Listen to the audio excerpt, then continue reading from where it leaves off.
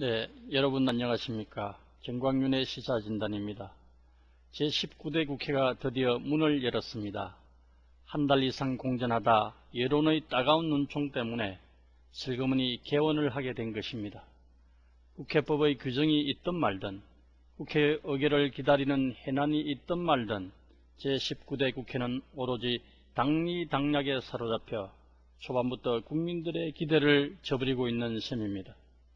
매번 반복되는 국회 개원 지연을 보면서 과연 국회는 누구를 위한 곳인가를 되묻지 않을 수 없습니다.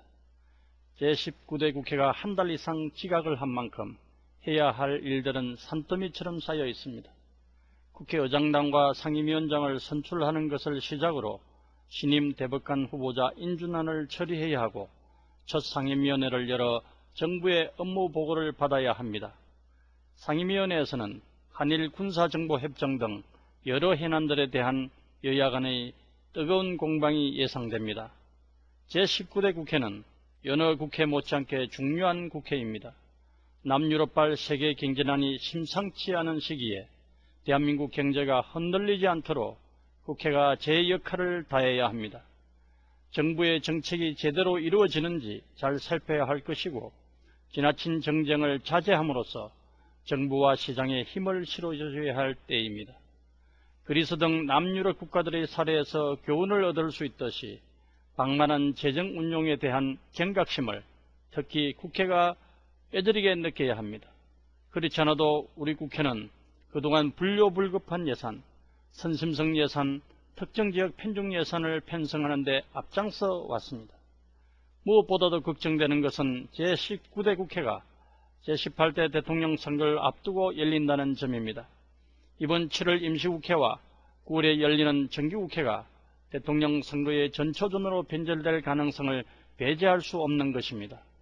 지나친 정치 공세와 근거 없는 흑색선전으로 국회를 이전 투구의 마당으로 전락시킬 가능성이 농후한 것입니다. 벌써 그런 조짐이 나타나고 있습니다.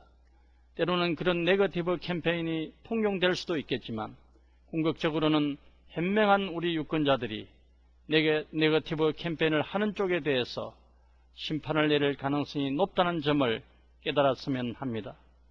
제19대 국회는 대한민국의 대의민주주의가 뿌리를 내릴 수 있는지를 가늠할 수 있는 중요한 분수령입니다.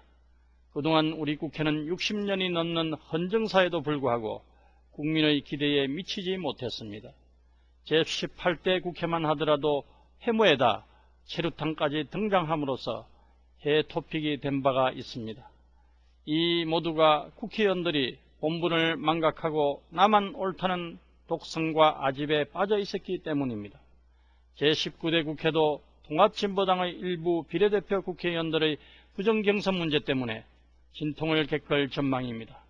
만일 이 문제가 원칙대로 처리되지 않는다면 제19대 국회 역시 기대하기가 어렵지 않을까 생각합니다.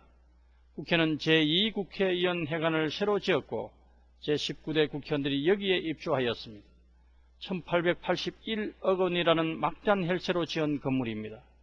제19대 국회의원들이 일을 잘한다면 1881억 원은 하등 아깝지 않을 것이지만 그렇지 않다면 뒷말이 나올 수밖에 없습니다. 앞으로도 국회가 계속해서 실망스러운 모습을 보여준다면 국회 무용론을 넘어 대한국회 운동이 벌어질 수도 있음을 제19대 의원들은 맹심하기를 바랍니다. 감사합니다.